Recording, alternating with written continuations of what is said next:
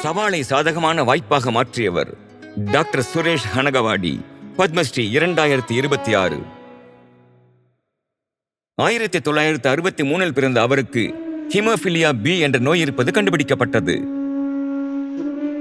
இது ஒரு மரபணு சார்ந்த நோய். இதில் ரத்தம் இயல்பாக உறையாது. என் அம்மா என்ன கூண்டுல இருக்கிற கிளி மாதிரி ரொம்ப பாதுகாப்பா வளர்த்தாங்க. ஹீமோஃபிலியாவுக்கு சரியான சிகிச்சை இல்லை என்றால் மூட்டுகளில் அடிக்கடி பாதிப்பு ஏற்பட்டு காலப்போக்கில் அது நிரந்தர உடல் ஊனமாக மாறலாம், குறிப்பாக குழந்தைகளுக்கு.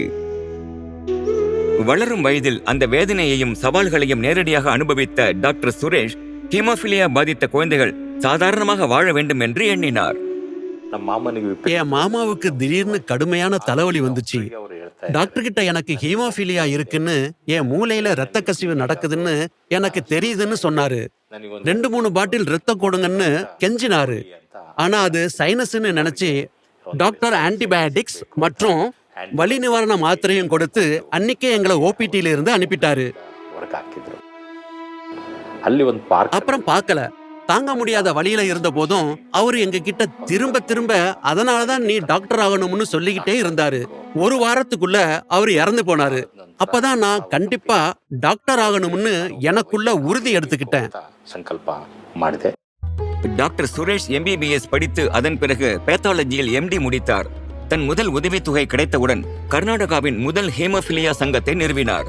அப்போது இருந்த மிகப்பெரிய சிக்கல், மருந்துகள் அனைத்தும் இறக்குமதி செய்யப்பட்டவை. ஆகவே அவை விலை உயர்ந்ததாய் இருந்தன.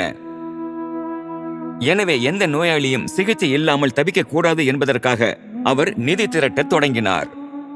அவர் சமூகத்தின் அனைத்து பிரிவினரையும் இதில் ஈடுபடுத்தி இந்த பணிக்காக பங்களிக்க ஊக்குவித்தார். இரத்த குறைபாடுகளை சிகிச்சை செய்யும் முழுமையான அமைப்பு உருவாக்கப்பட்டது.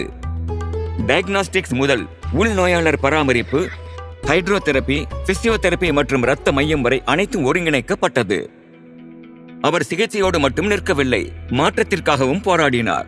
ஹீமோஃபிலியா சிகிச்சை இயக்கத்தில் அரசு பங்கேற்பு வேண்டுமென்று அவர் வலியுறுத்த தொடங்கினார்.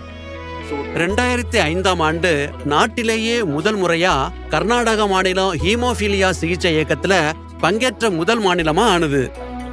கருணையும் தைரியமும் நிறைந்த வாழ்க்கையை பற்றி பேசும்போது டாக்டர் ஹனகவாடி ஒரு சிறந்த முன் உதாரணமாக திகழ்கிறார். நம்ம ரத்தத்துல இல்லாதது குளோட்டின் புரோட்டீன் தான். ஆனா தைரியமோ திறமையோ இல்ல. சரியான சிகிச்சை கிடைச்சா ஹீமோஃபிலியா குழந்தைகள் இந்த ஊனத்திலிருந்தும் வலியிலிருந்தும் விடுபட முடியும்.